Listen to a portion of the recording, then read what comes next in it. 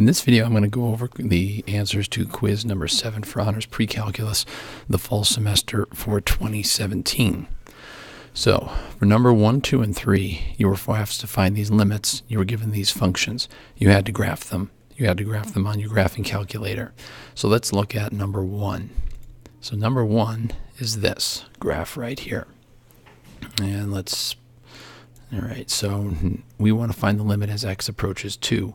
Now that is not from the left, not from the right, just as it approaches 2.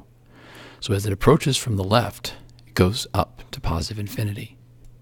Whereas as it approaches 2 from the right, it approaches negative infinity. And if I keep backing out, I can get closer and closer to 2, either from the left side or from the right side. And this will keep going up to positive infinity from the left, or it will go to negative infinity as we approach from the right. However, we're finding the limit as it approaches 2. And so that means the limits from both the left and the right-hand side have to be the same.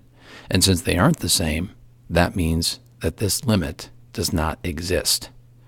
A lot of people try to give me 2 answers. There are no 2 answers. It's either a number, if it exists, or it does not exist. So now, number 2, we have 1 over x plus 1. Here we're approaching negative 1 from the negative side. Now because we're only approaching from the negative, from the left-hand side, this will exist. All one-sided limits exist. So here we approach 1 from the negative side. Whoops, wrong graph. This one. Let me get back in there.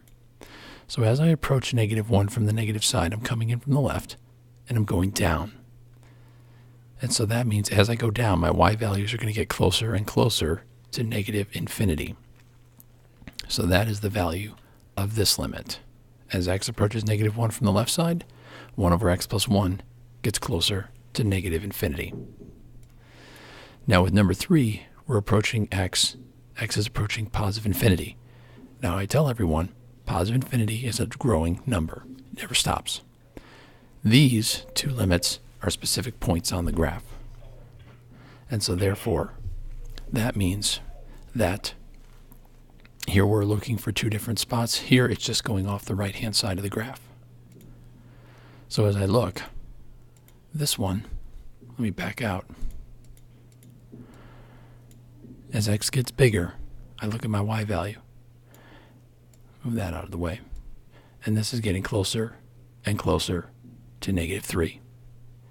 Now if I look at this equation, this has a horizontal asymptote of negative 3.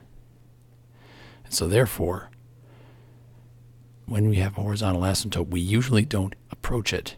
We approach it, we don't reach it. So that is what that limit is. With number 4, all 4 parts of these used this graph. So part A says find the limit as it approaches 4. That is both from the left and the right together. And again, it's either equal to one number or it doesn't exist at all. So from the left, as we approach 4, we approach a y value of 4. As we approach 4 from the right, we also approach a y value of 4. So since they're the same, this limit is equal to 4. Here we're approaching 2. As we approach 2 from the left, it approaches negative 2. But as we approach 2 from the right, it approaches 0. Now those 2 limits don't approach the same thing. And because they don't approach the same thing, this limit does not exist. When this limit exists, that means it is equal to both the left and the right hand limits because they are the same. So for part C, we're finding the limit as x approaches 0 from the positive side. So that means we're approaching of this way. And as we get closer this way, we're approaching a y value of 2. Because it's a one-sided limit, it will exist. They always exist. I hope this helps. If you have any further questions, please email me.